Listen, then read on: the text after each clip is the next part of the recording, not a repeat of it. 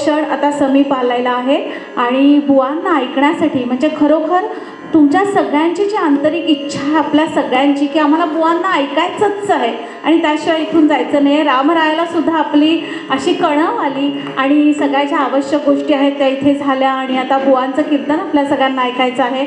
तर बुवांना मी विनंती करते की त्यांनी आपल्या सेवेस प्रारंभ करावा आणि ह्या सगळ्या गोष्टींमुळे आपल्यालाही खूप त्रास झाला आहे, आम्हालाही खूप वाईट वाटतं आहे. त्याबद्दल आम्ही सुद्धा अंतःकरणापासून आपली क्षमा मागतो.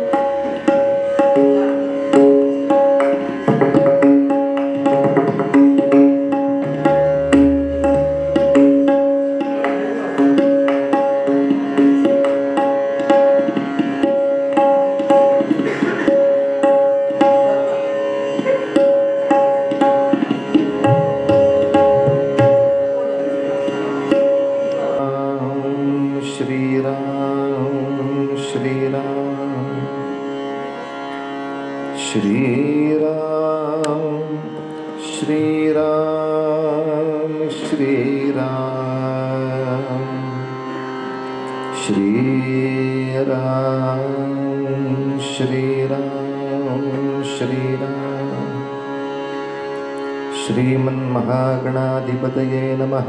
श्री सरस्वत्यै नमः. श्री गुरुभ्यो नमः.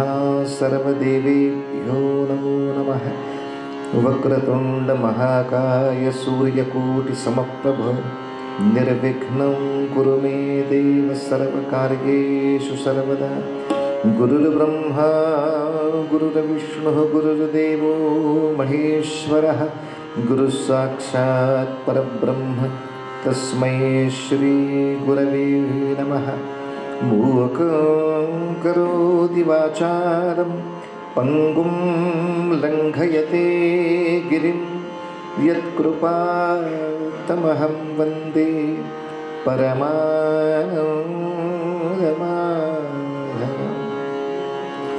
जय जय राम कृष्ण हरे हरे. जय जय राम कृष्ण हरे. जय जय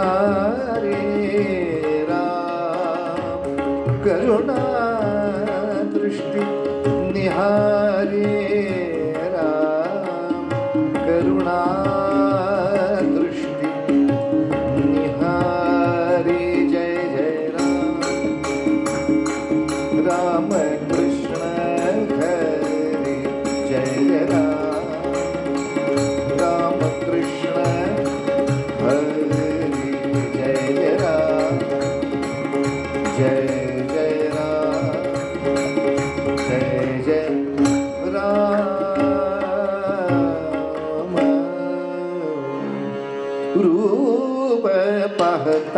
तोच रूप पाहता तोच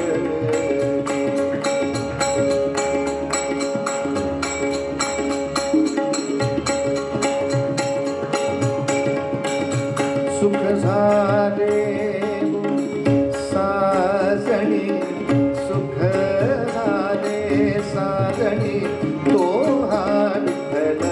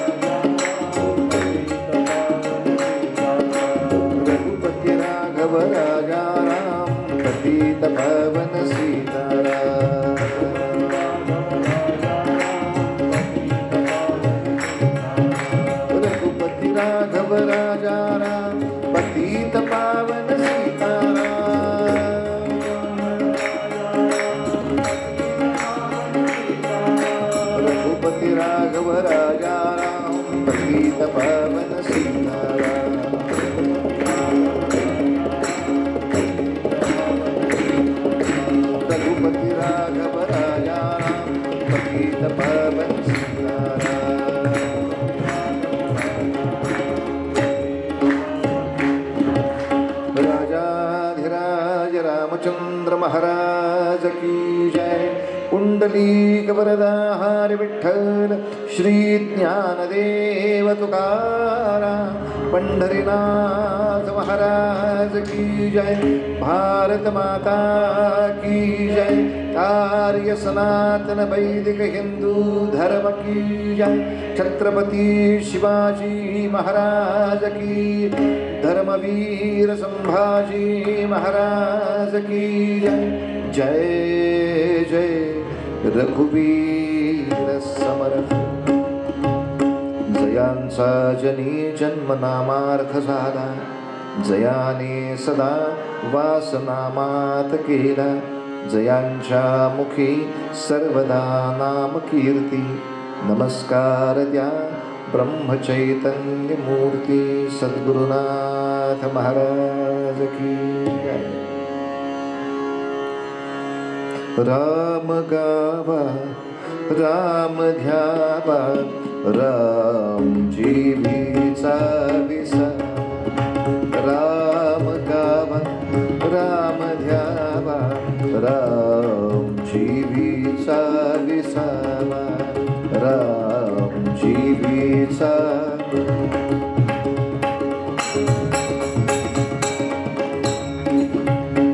मंगलाचे जे मंगल राम कौसल्येचा बाळ.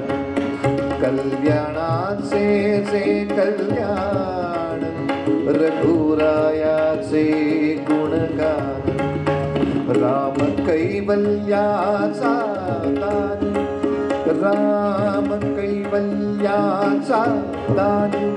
रामदास अभिमानी, रामदास अभिमानी, अभिमानी अभिमानी, राम गावा राम ध्यावा, राम जीवीचा विसावा, राम जीवीचा विसावा, राम जीवीचा. राजाधिराज रामचंद्र महाराज की जय.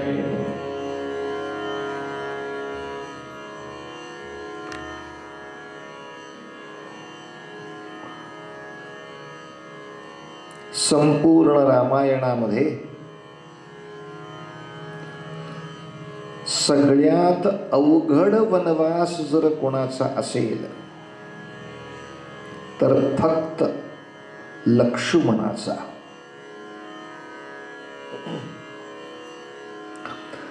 कारण या 14 वर्षामध्ये काही सुखदुःखाच्या गोष्टी बोलायच्या असतील, राम सीता एकत्र आहेत. भरत त्याच्या पत्नीला भेटू शकतो, बोलू शकतो. शत्रुघ्न आणि पत्नी एकत्रच राहत आहेत. 14 वर्ष मी माझ्या नवऱ्याला पाहू शकणार नाही. हा सगळ्यात अवघड वनवास उर्मिलेचा आणि लक्ष्मणाचा. ही सगळीच माणसं अशी आहेत की जी संकटाला संधी समजतात. रामचंद्रांच्या मनात पक्क झालं, नाहीतरी 14 वर्ष वनवासात जायचंय. आपल्या जीवनाचं ध्येय काय? रावणाचा वध. त्याने सगळ्या सज्जनांचे इतके आत्तापर्यंत गुन्हे केलेत की याच्या नंतर त्याने एकही गुन्हा केला नाही तरी त्याला मारणेच आहे. मी पोलीस चौकीचा चार्ज घेतल्यापासून त्यांनी काही केलेलं नाही. अशी केस नाही होत. केस आधीपासून दर्ज आहे.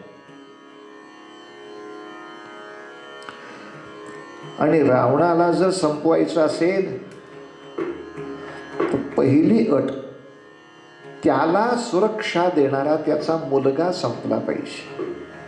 त्याचं नाव मेघनाद. आणि त्या मेघनादाला आशीर्वाद मिळालाय. 14 वर्ष उग्र तपस्या केलेल्या वीराकडूनच तुला मृत्यू. तर अनायासे ही 14 वर्ष तपस्या होऊन जाईल. पण सीता माऊली नाही म्हटल्या.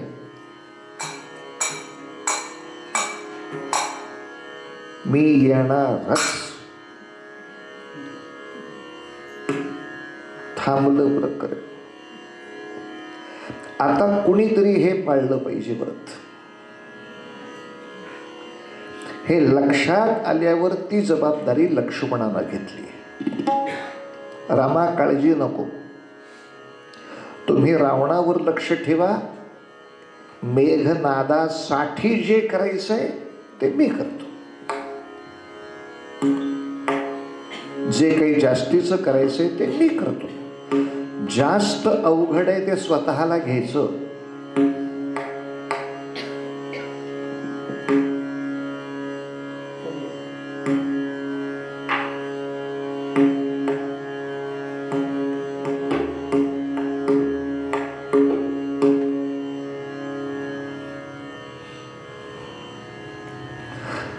जेवायच्या पंक्तीमध्ये आपण मुलांना जर वाढायला सांगितलं तर ते पटकन वाढप करण्यासाठी पापडाची पातेली घेतात. भजी, मी भजी वाढू का? वाढता वाढता निम्मी संपली. ज्याच्यामध्ये जास्त धोका नाही, जी पातळ भाजी हेंडकाळली तर आपल्या अंगावर पडून चटका येऊ शकतो, तिला सहसा कोणी हात लावत नाही. लक्ष्मणाचं एक विलक्षण चरित्र आहे. तो या सगळ्यांना जे अवघड आहे ते स्वतःकडे घेतो. 14 वर्ष बायको दिसणार नाही, नको दिसू दे.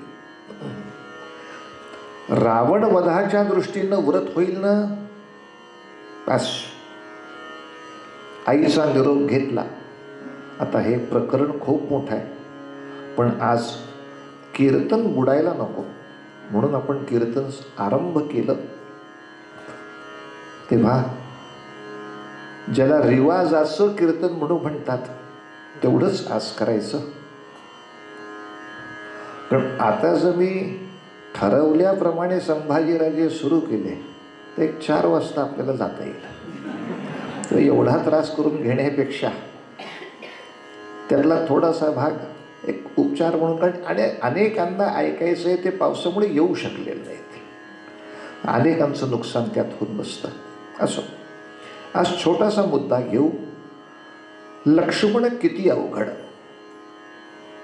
जेव्हा लक्ष्मणाने आईचा निरोप घेतला तेव्हा आईनं सांगितलं, बायकोचा पण निरोप घे. लक्ष्मणाची आणि उर्मिलेची भेट झाली, वाल्मिकी रामायणात लिहिलेलं नाही. शोधायला जाऊ नका, तुलसी रामायणातही नाही, आनंद रामायणाचा आहे. एका रामायणासाठी किमान 32 पुस्तकं चाळायची असतात आणि सगळीकडनं ते जमा करतात. त्या रामायणात आहे. जेव्हा उर्मिलेनं सुद्धा हट्ट धरला, मी येते की वनवासात, नाहीतरी सीता वनवासात यायला पाहिजे अशी अट आहे का? नाही. मग ती जर येते, तुम्ही जायला पाहिजे अशी अट आहे का? नाही. तुम्ही जर जाताय, मग एक आणखीन माणूस वाढला, काय फरक पडतो? आपण दोन्ही कपल्स 14 वर्षाची टूर पूर्ण करू. आणि जेव्हा लक्ष्मणानं हे सांगितलं, आता हे रामाकडून शक्य नाही म्हणून मी चाललो. इथे एक शंका अशी येईल, 14 वर्ष व्रत पूर्ण केल्यानंतर त्याला इंद्रजित जर मारता येत असेल तर इंद्रजिताच्या मृत्यूचा दिवस म्हणजे 14 वर्ष संपली, तो असला पाहिजे. मग 14 वर्ष संपल्यानंतर राम अयोध्येत कसे येतात? त्याच्या आधीच मेला तो. म्हणून लक्षात ठेवायचं, 14 वर्षाचा वनवास आहे. दर 3 वर्षांनी एक अधिक मास येतो. तपश्चर्येमध्ये तो अधिक मास धरला जातो, म्हणजे त्याची तपस्या 4 महिने आधीच संपते. तपस्या महिना टू महिना धरतात. आपण काही कमी नाही अभ्यास केला खड्ड्यात पडायला. पण किती सुंदर शब्द आहेत उर्मिलेचे. तिनं सांगितलं, स्वच्छ माझ्या संगतीने इंद्रायणी काठी. पटकन कळते चाल, या चालीत चाला बुवा. माझ्या संगतीने कर्तव्याचा भंग, माझ्या संगती कर्तव्याचा भंग, माझ्या संगतीने कर्तव्याचा भंग होईल बेरंग. स्वामी राया माझ्या संगती कर्तव्याचा भंग, माझ्या संगतीने.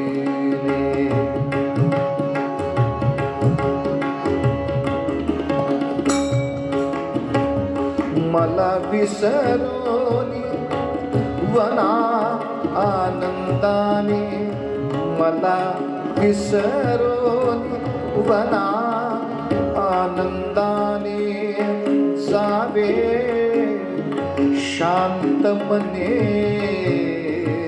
स्वामी राया माझ्या संगती, कर्तव्याचा भंग माझ्या संगतीने, कर्तव्याचा भंग माझ्या संगतीने, हो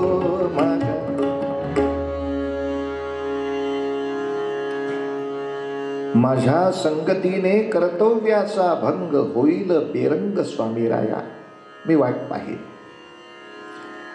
आणि याच रामायणामध्ये एक सुंदर उल्लेख आहे. जेव्हा लक्ष्मण परत येतात तेव्हा ती विचारते, तुम्ही व्रत पालन करत होतात तेव्हा माझी आठवण आली का? आणि प्रामाणिकपणे लक्ष्मणाने सांगितलं, नाही आली. याच्या पुढे काय होऊ शकतं तुम्ही ठरवा. पण तसं ते झालं नाही म्हणून ते रामायण आहे. उर्मिलेला इतका आनंद झाला, तिनं लक्ष्मणाला एवढं घट्ट आलिंगन दिलं, तिच्या डोळ्यातून कृतार्थतेचं पाणी आलं. का? लक्ष्मण म्हणाला, ह्याचा अर्थ इतका दृढ निश्चय पाळू शकणारा मला नवरा मिळाला, याचा अभिमान. काय अभिमान? कारण खरी गोष्ट आहे, माझी आठवण काढत बसला असता तर व्रत काय? हे ते फक्त चाललंय, श्रीराम जय राम जय जय राम, श्रीराम जय राम जय जय राम. आणि डोक्यामध्ये बायको कुठं गेली, आता बायको काय करते, पावडर लावली असेल का, आता ध्यान कुठं आहे? व्रत पालन काय झालं असतं? मला नाही आली आठवण. आणि तिला त्याचा आनंद झाला. बस लक्ष्मणाचं एक आणखीन भयानक सत्य सांगतो आज पुरे. लक्ष्मणासारखी सेवा अवघड. याचं कारण आपण किमान सेवा करतो याच्याबद्दल कोणीतरी सन्मानाचे 4 शब्द बोलावेत एवढी तर अपेक्षा असते. जर ही सेवा करताना अत्यंत घनघोर अपमान त्यांनीच केला तरी सेवा कराल का? असं झालं का? तेच सांगतो. वनवासामध्ये असताना मारीच नावाचा राक्षस सुवर्ण मृगाचं रूप घेऊन आला. सीतेनं रामाला त्याच्या मागे पाठवला. मारीचाला बाण लागताच तो लक्ष्मणा धाव असं ओरडला. ऐकू आल्याबरोबर सीतेनं हट्ट केला, लक्ष्मण भाऊजी जा, पण याच्या पुढचं मालिकेत नाही. आता वाल्मिकी रामायणातच आहे ते सांगतो. लक्ष्मण म्हणाले, हा आवाज रामाचा नाही, डुप्लिकेट आहे. मला खरा आवाज माहिती आहे. यानंतर सीता अशी बोलली, तुम्ही रामाच्या मदतीला जात नाही. याचं कारण तुमची इच्छा आहे की राम मरावा आणि सीता आपल्याला प्राप्त व्हावी.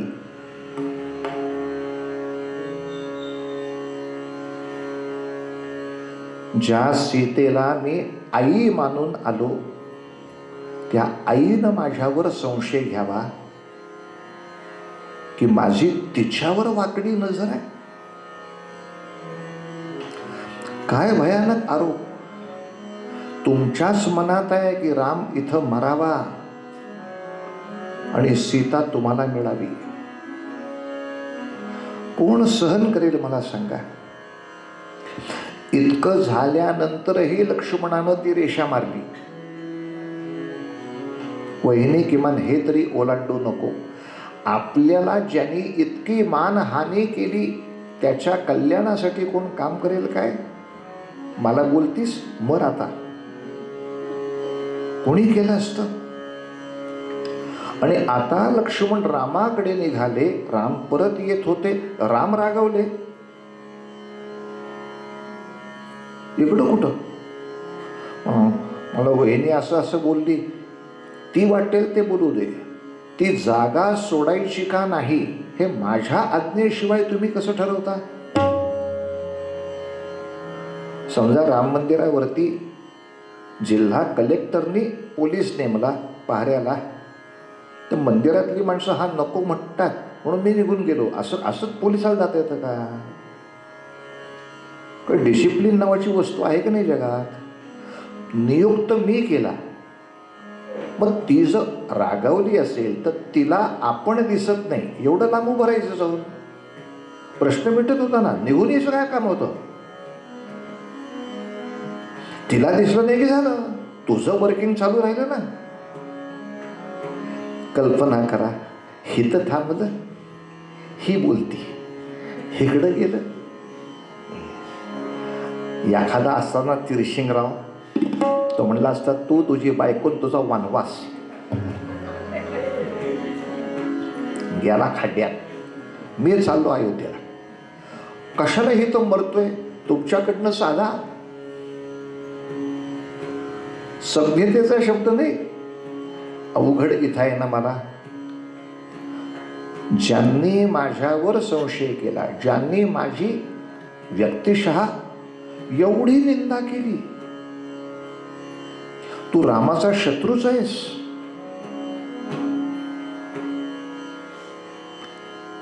रामचंद्र परत आले, त्यांना सगळा आश्रम उजाड झालेला दिसला. राम संतापले. ते म्हणाले, सीतेला ज्याने कोणी पळवला असेल तो आसपासच आहे, मी सगळं जंगल जाळतो, त्यात तोही जळेल. लक्ष्मणाने हात धरला, असं कसं करता येईल? जानकी बहिणी त्याच्या बरोबर आहेत ना, जळलं तर त्या जळतील ना. ज्याने आपला अपमान केला त्याचा जिवंत राहण्यासाठी तुम्ही करा लाटा बेटा, मरटवळे. ज्याने मानहानी करावी, ज्याने अपमान करावा, त्यांचा असन्मान होऊ नये, ही लक्ष्मणाची असलेली एक विलक्षण ताकद शंभूराजांच्या मध्ये आहे.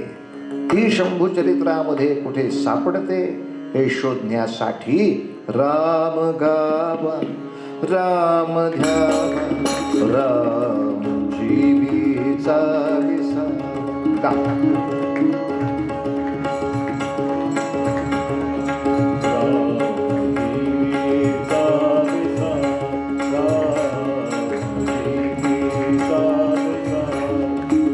कल्याणाचे से कल्याण, कल्याणाचे से कल्याण, रघुरायाचे गुणगान, राम कैवल्याचा दान.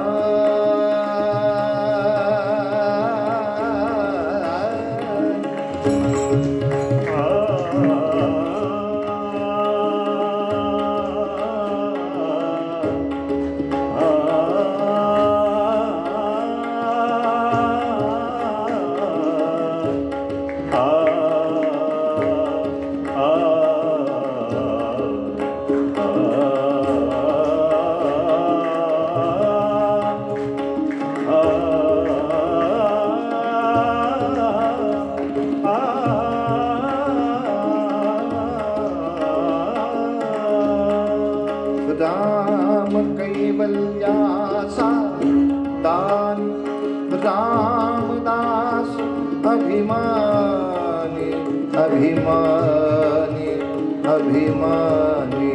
राम गावा, राम ध्यावा, राम जीवीचा विसावा, राम जीवीचा विसावा, राम जीवीचा. काही काळ भजन.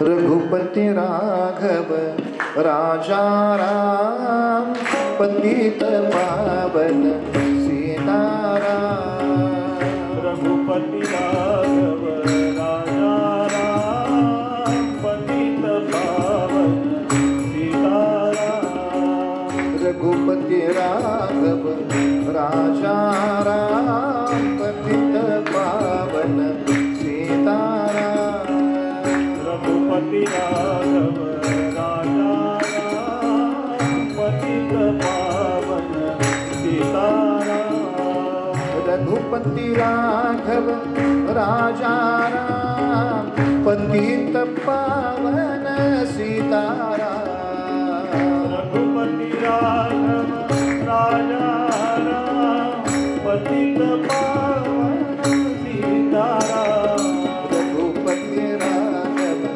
राजा राम पतित पावन सीताराम रघुपति राघव राजा राम पतित पावन सीताराम पतित पावन सीताराम पतित पावन सीताराम राजाधिराज रामचंद्र महाराज की जय.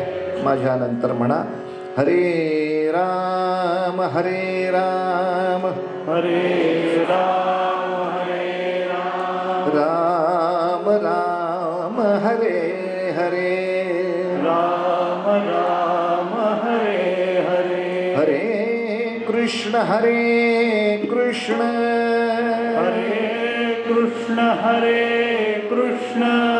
कृष्ण कृष्ण हरे हरे कृष्ण कृष्ण हरे हरे गोपाल कृष्ण भगवान भगवान की जय.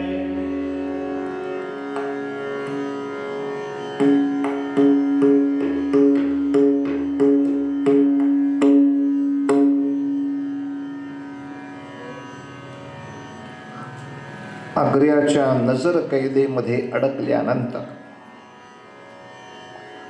एखादी योजना कशी करावी आणि ती अंमलात कशी आणावी याचा अक्षरशः वस्तुपाठ शंभूराजांना आपल्या वडिलांच्याकडून मिळाला. योजनेचे ध्येय ठरलेलं आहे, सगळ्या सामुग्री साहित्यासकट सही सलामत रायगडावर पोचणे ध्येय. आता आपण शिबंदीवर येताना हत्ती पण आणलेत, ते काय आपल्या गतीनं पळणार आहेत? मग उत्तर प्रांतामधले 2 पंडित संस्कृत विद्वान, एक परमानंद ज्यांनी नंतर शिवचरित्र लिहिलं,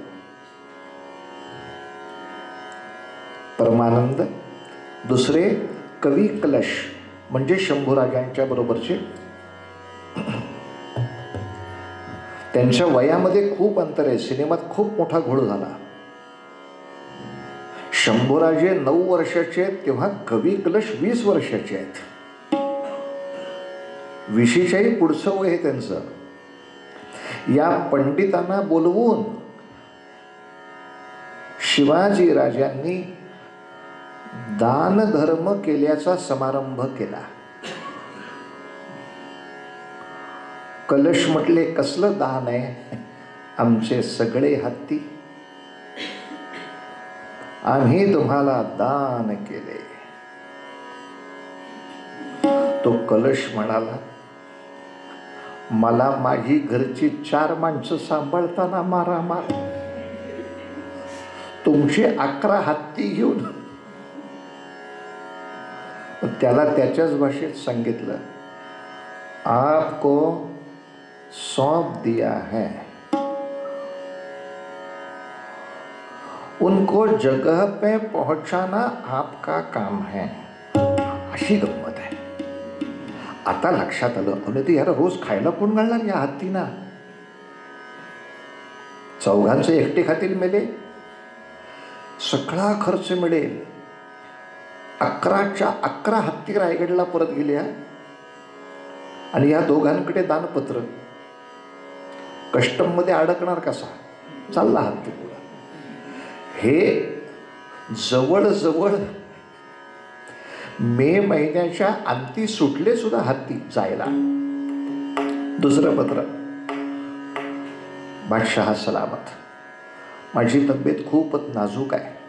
मला लोकांच्या आशीर्वादाची गरज आहे. आता ऑगस्ट म्हणजे श्रावण मास येईल. मथुरेमध्ये कृष्ण जन्माची भीड होईल. तिथे जे साधू संन्याशी येतील ते काही त्याच दिवशी येत नाहीत. त्या आधी 10-15 दिवस डेरा टाकायला येतात. त्याच्या आधी 10-15 दिवस प्रवास सुरू करतात. व्हाया आग्रा ते जातात. असे काही साधू मौलवी असतील, त्यांना मिठाई वाटतो. उनकी दुआ मिलेगी. सँक्शन. मी 13 पेटारे मिठाई वाटतो, मला आशीर्वाद मिळेल. एवढंच पत्र वरपर्यंत जायचं. आता हे एकदा वरनं सँक्शन झालं. आता ही मिठाई कशा तऱ्हेनं वाटायची यू कॅन डिसाईड. हे वर विचारायची गरज नाही. वाटू का नको विचारलं, उत्तर आलं वाटा. आता कशी वाटायची?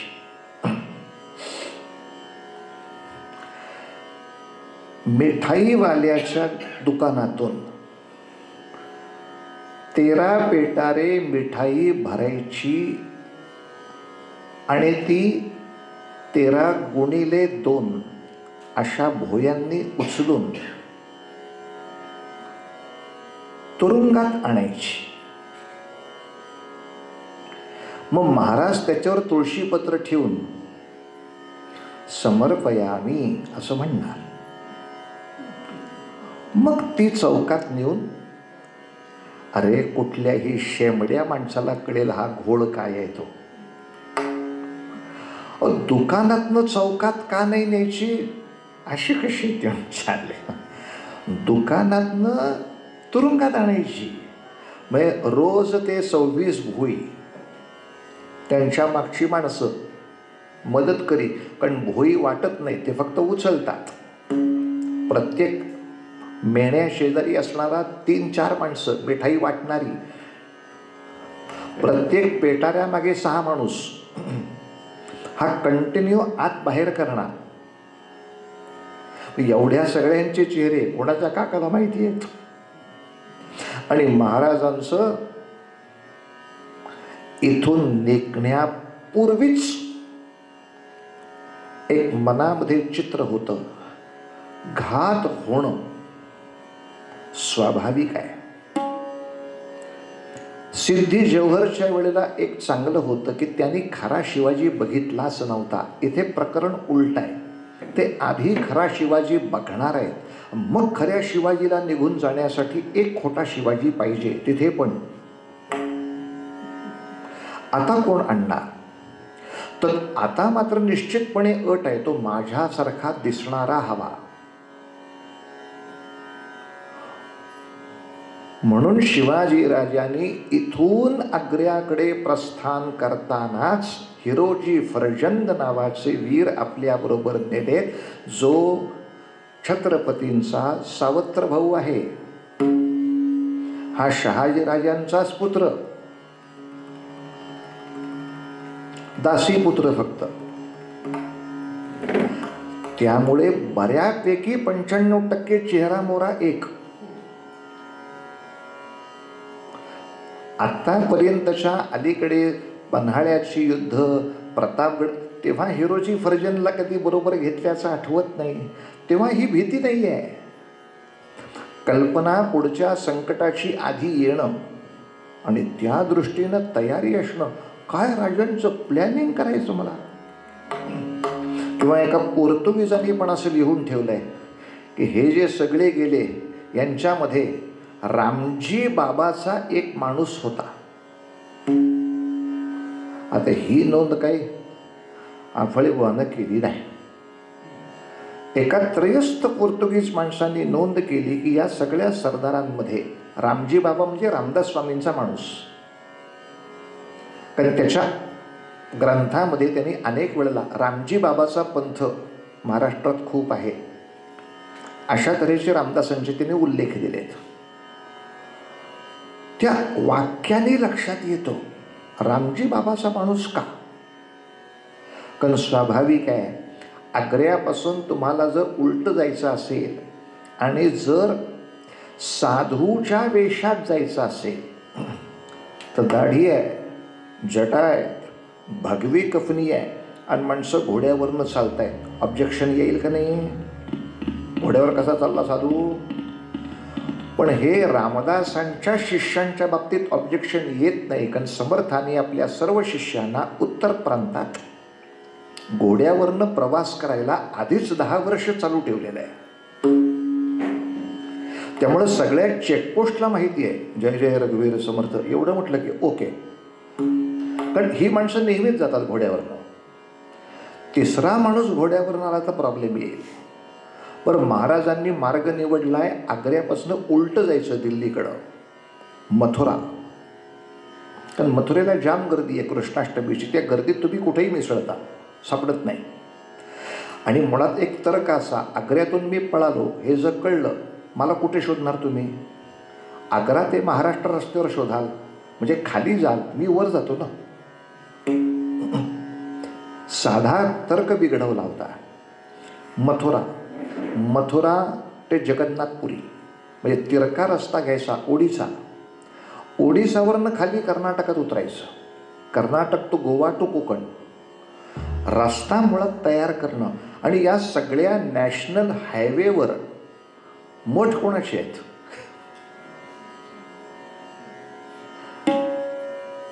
कॉमन सेन्स की बात आहे यार. एक माणूस कशासाठी तिथे पाहिजे? पण या सगळ्या हायवेला आपण आता ह्या आयुष्यापूर्वी कधी बघितलेलं नाही. हे सगळं बघितलेली माणसं आधी 20 वर्ष काम करतायत ते रामजी बाबाची आहेत. काही गोष्टी अशा असतात ज्या तर्कानेच समजून घ्याव्या, कागदपत्र मागू नयेत. म्हणजे असा कागद आहे का? अहो हा कागद औरंगजेबाला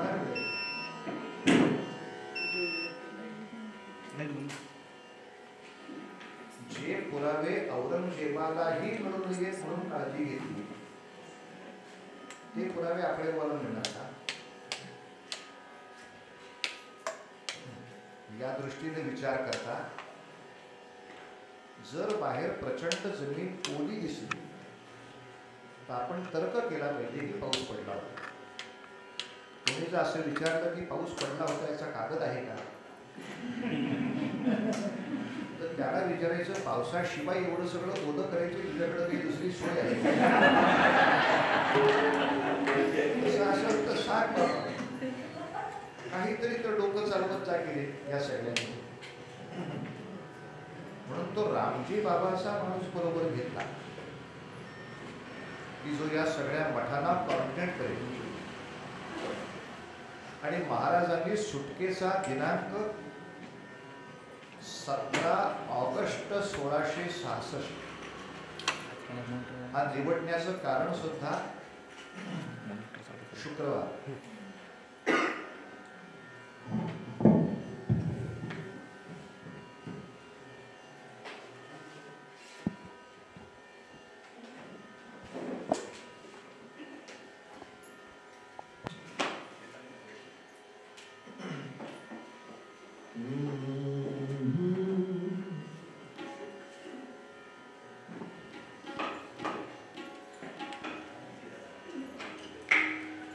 शुक्रवारच्या दिवसाच्या प्रार्थनेसाठी बहुतांशी आग्र्यातले सगळेच महत्वाचे लोक प्रार्थना गृहात असल्यामुळे रस्त्यावर शुकशुकाट.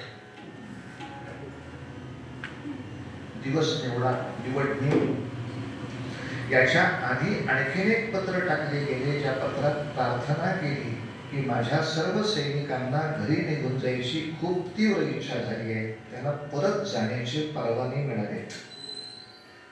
याचा शत्रूने अर्थ असा घेतला, परत झालं सैनिक निघून गेले की एकट्याला कुठून खायला वेळ नाही लागणार, पण नावच लक्षात नाही आला. दक्षिणेकडे परत जाण्याचे जवळजवळ 1000 परवाने म्हणजे व्हिसा हातातच लागले. परत त्याच्यावर काय कुठलंही नाव पिक्चर आयडीच नाहीये, थंबनेल नाहीये.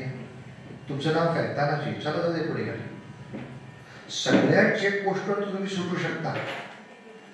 सगळ्यांच्या नावाचे किंवा सगळ्यांना वापरता येतील असे प्रांत बदलाचे परवाने आले हातात. किती सिस्टमॅटिकली एक काम करावं. परवाने हाती घेतले, आधी हाती पाठवून दिले. रस्ता करताना हा असा दिनांक निवडताना 17 ऑगस्ट निवडली, श्रावणातली निवडली. मुळात सगळे प्रार्थनेसाठी अडकलेले असताना सुटायला सोपं. आणि या दृष्टीनं महाराज मथुरेला पोचले. आपलं कुठलं पुस्तक ते? पाठ्यपुस्तकच आहे मला वाटतं. पाठ्यपुस्तक काय, ती NCERT काय, सगळे विद्वानच आहेत. बालभारती काय आमचं. त्यांनी काय लिहिलं? परत येताना शिवाजी महाराजांनी संभाजीराजाला मथुरेमध्ये ठेवलं आणि ते परत आले. कुठे ठेवलं मथुरेत? एसटी स्टँडवर. मथुरेत ठेवलं हे काय वाक्य इतिहासाचं? बरं, हा पेटाऱ्याचा सगळा प्रकार झालेला इतिहासात लिहिलेला असताना पेटाऱ्याचं प्रकरणच लिहिलं नाही, पुस्तकात लिहून टाकलं. शिवाजी महाराज तिथनं सीताफीनं सुटले. समजलं? कारण मुघलांना वेडं बनवलं तर ह्यांना जास्त त्रास होतो मुघलांपेक्षा. अशी ही सगळी सौदेची पोरं इथं बसली आहेत की मुघल मूर्ख ठरले तर ह्याचा यांना सुतक आहे. आणि त्यामुळे 8वीच्या मुलाला जर विचारलं कशी सुटले रे शिवाजीराजे आज्ञेतून? सीताफीनं. म्हणजे काय माहित नाही, उत्तर एवढंच आहे. पण मथुरेला कुठे ठेवले होते? कोणाकडं ठेवले होते? अशी अर्धवट माहिती देणं म्हणजे इतिहास शिकवणं. 5 मार्काला गेला की झाला. आणि किंबहुना ही पुष्कळशी नावं सरकारी स्मारक होत नाहीत.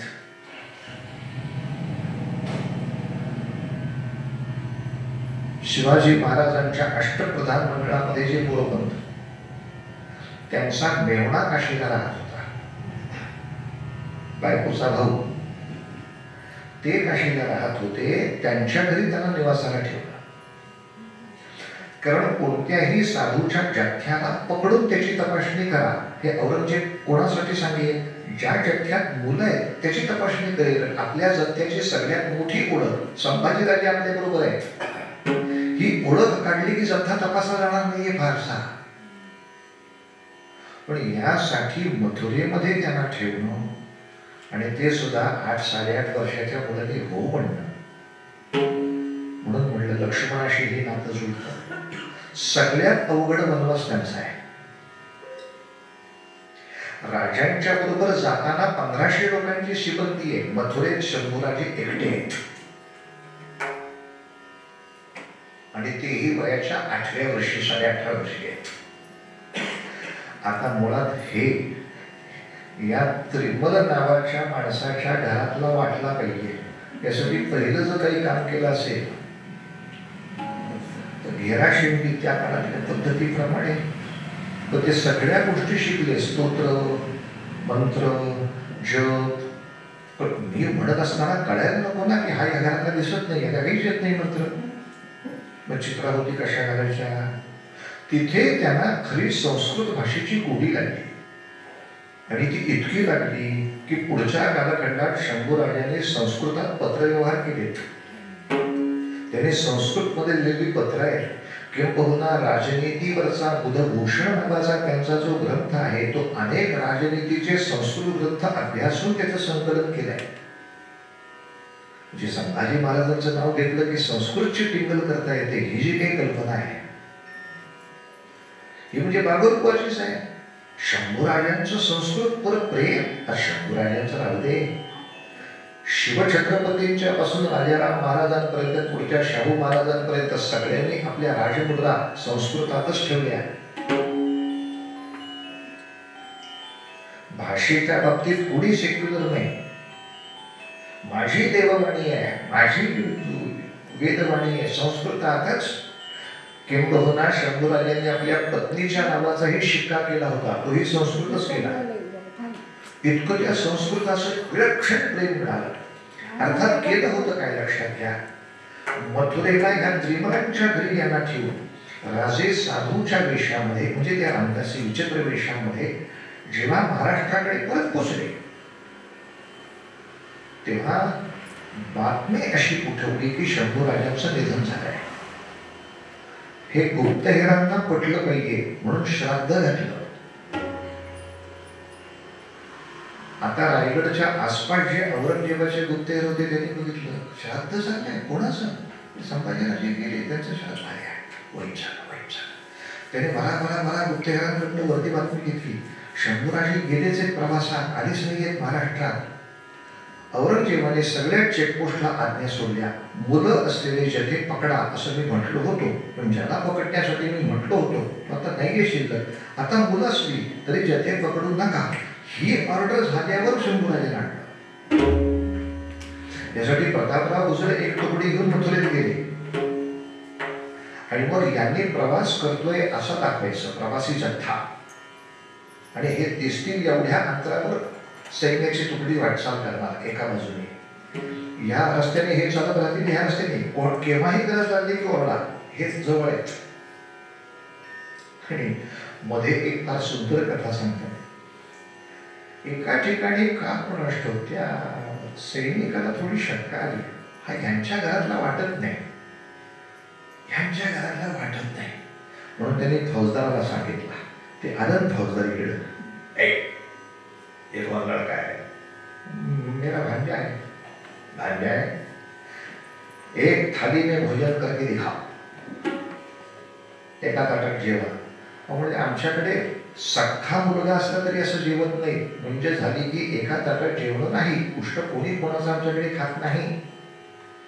आमच्या काही पद्धती आहेत, नाही जेवू शकत आम्ही असं एकत्र. नाही तर मग तुला तुरुंगात टाकी निघाला सगळा भेद चौपट होतोय. शर्टला बांधला गेली, डोकं चालवलं.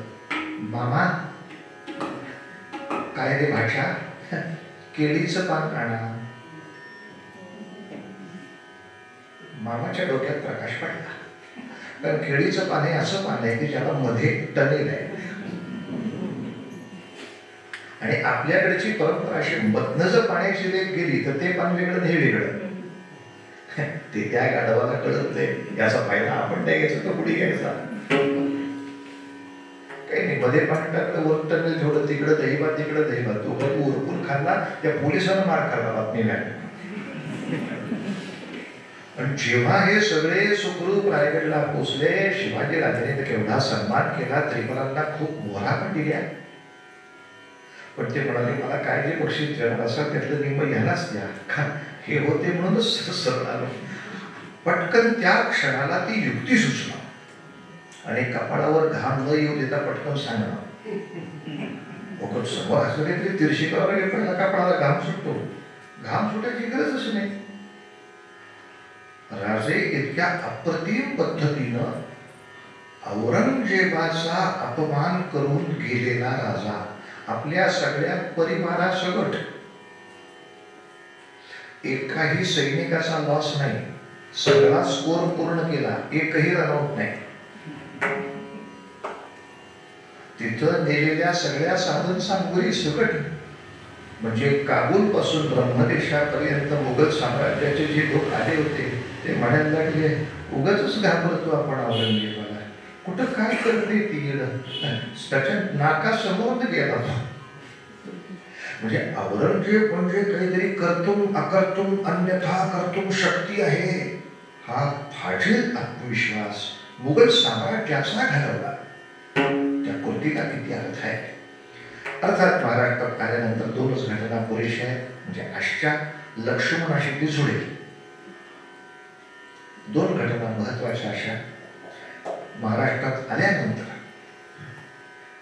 शिवाजीराजेने दिलगिरीचं पत्र लिहिलं की औरंगजेब बादशाह, मला तुम्हाला खरं प्रत्यक्ष भेटूनच यायचं होतं, नाही जमला, काही कारणाने नाही येऊ शकला. पण असो, शेवटी काय, आता आपण 50च्या घरात लागलो.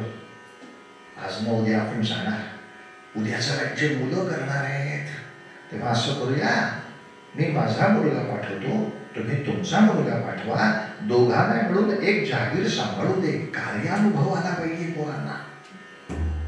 औरंगजेबाला आनंद झाला.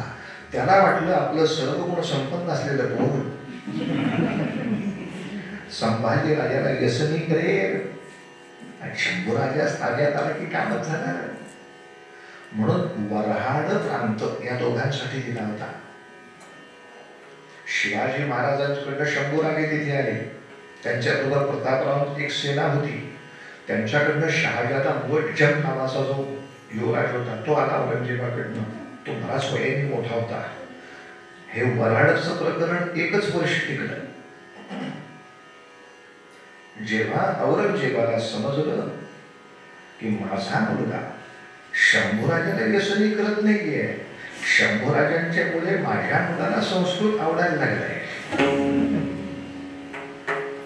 इतकंच नव्हे तर शहाजादा मुअज्जम आपल्या वडिलांना वैतागलेला आहे. हा आपल्याला मिळू शकतो, हा फिरण्याची शक्यता आहे, या बातम्या संभाजीराजे रायगडला पोचवत आहेत. तुझं वय काय, त्याचं वय काय, इतकंच नव्हे तर खऱ्या अर्थाने तुला तुझ्या बापाचा जर त्रास होत असेल तर आता माझ्या वडिलांची एक मोहीम चालली आहे. तहामध्ये जे 23 केले देऊन टाकले होते ते परत घ्यायला नको, आणि ते 23 अधिक पुढचे 100 इतके आम्ही परत घेणार आहोत. तेव्हा या वर्षभरामध्ये जेवढे किल्ले परत घेतले जातील याच्यामध्ये शहाजहान मुअज्जमने ऑब्जेक्शन सुद्धा ओव्हररूल केले आहे. आणि तहातले मला नका माझा बाप, ही त्याची भूमिका. पण याचा अर्थ आता काही वेळ गेला तर माझं कॅप्टन रायगडला जाणार आहे हे औरंगजेबाला समजलं. तो घेऊन आला आणि सूचना फक्त एवढीच सांगतो, विस्तार आपण उद्या करू त्या गोष्टीचा. सूचना इतकीच आहे की या पुढच्या काळात ज्या मंत्रिमंडळाने शंभूराजांचं चारित्र्य हनन केलं, ज्या आईनं चारित्र्य हनन केलं, सोयराबाईंनी सगळी पत्र टाकली, तर जेव्हा शंभूराजे सत्तेत आले तेव्हा या सगळ्या मंत्र्यांना त्यांनी तसंच त्यांच्या स्थानावर ठेवलं. सोयराबाईंना फक्त नजर कैदेतच ठेवलं. आणि लक्षात ठेवा, मग आपण ते छावामध्ये बघतो ते हत्तीच्या पायी मारून टाकले, ते राज्यावर आल्याबरोबर नाही, राज्यकारभार सुरू झाला आणि नंतर त्यांनी विषप्रयोगासाठी जे प्रयत्न केले ते उघडकीला आले, तेव्हा त्या आरोपात सापडलेल्या लोकांना हत्तीच्या पायी दिलं. पण नुसतं सत्तेत आल्याबरोबर आजचा दिवस शिवरायांच्या त्या स्मृतीचाच आहे. इंग्रजी दिनांकाप्रमाणे 3 एप्रिलला शिवाजीराजे गेले 1680. पण ते गेल्यानंतर जेव्हा शंभूराजे सिंहासनावर आले, ते येऊ नयेत म्हणून जे मंत्रिमंडळ काम करत होतं, अर्थात सोयराबाईंच्या अधिपत्याखाली काम करत होतं, ते स्वतंत्र नव्हतेच. म्हणजे शंभूराजांना हटवून काही अण्णाजी दत्तोना त्याच्यावर बसायचं नव्हतं, संभाजीराजेंना हटवून काही बाळाजी चिटणीसाला बसायचं नव्हतं, बसवायचं होतं राजारामांना फक्त. आणि हे सगळे असं व्हायला पाहिजे हे आग्रह सोयराबाईंचा होता. त्यामुळे ही सगळी फक्त त्यातीच होती. पण असं हे काम करणाऱ्या या सगळ्या मंत्रिमंडळाला शंभूराजांच्या राज्याभिषेक झाल्याबरोबर तसंच्या तसं मंत्रिमंडळ कायम ठेवलं. ज्यांनी माझं वाईट केलं होतं, ज्या सीतेनं माझा अपमान केला, त्या सीतेचंच भलं होण्यासाठी, सन्मान होण्यासाठी मी खर्च करू शकतो का माझं आयुष्य? शकतो. ज्याने माझा अपमान केला त्यांना पुन्हा सन्मानाने या स्वराज्यात जोडण्यासाठी त्या लक्ष्मणाची ताकद शंभूराजांनी 100,000% आपण आचरून दाखवली, सुधारायची संधी दिली होती.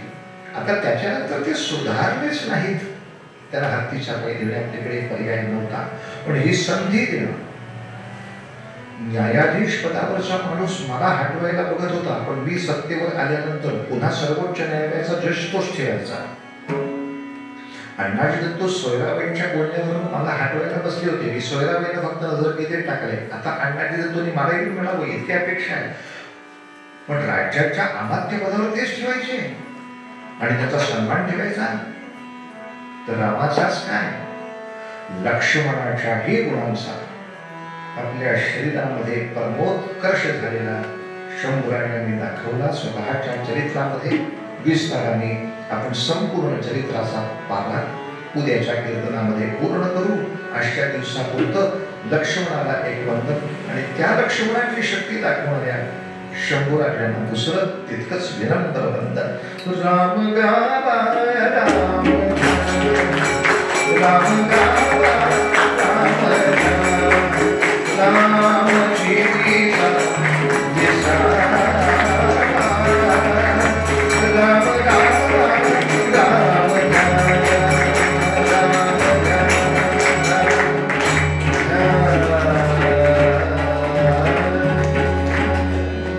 आरतीसाठी सिद्ध होऊया.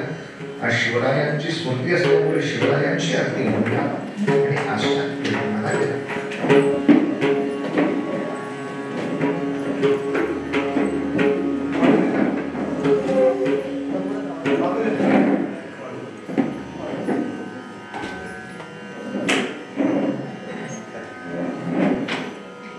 जय देव जय देव जय जय शिवराय.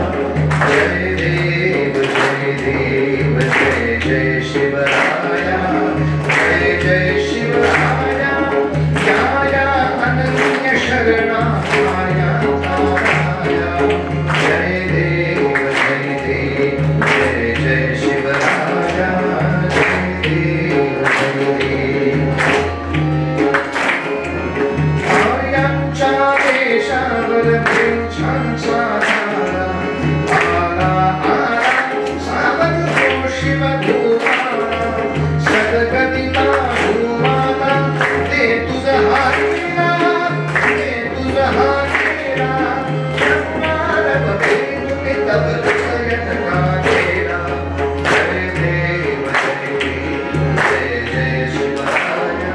जय जय शिवराय.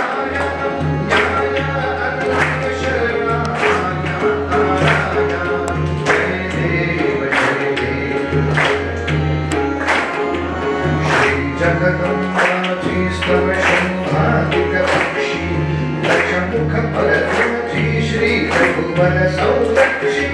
देवता भूमाला छाती छाला. तुझ बिन शिवराया तुझ पूर्ण तुझा गाला. जय देव जय देव जय जय शिवराया. जय जय शिवराया. न्याया अनन्य शर्मा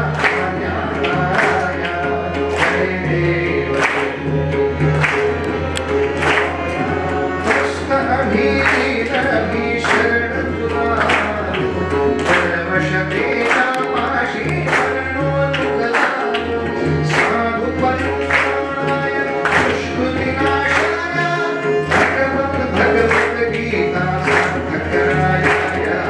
जय देव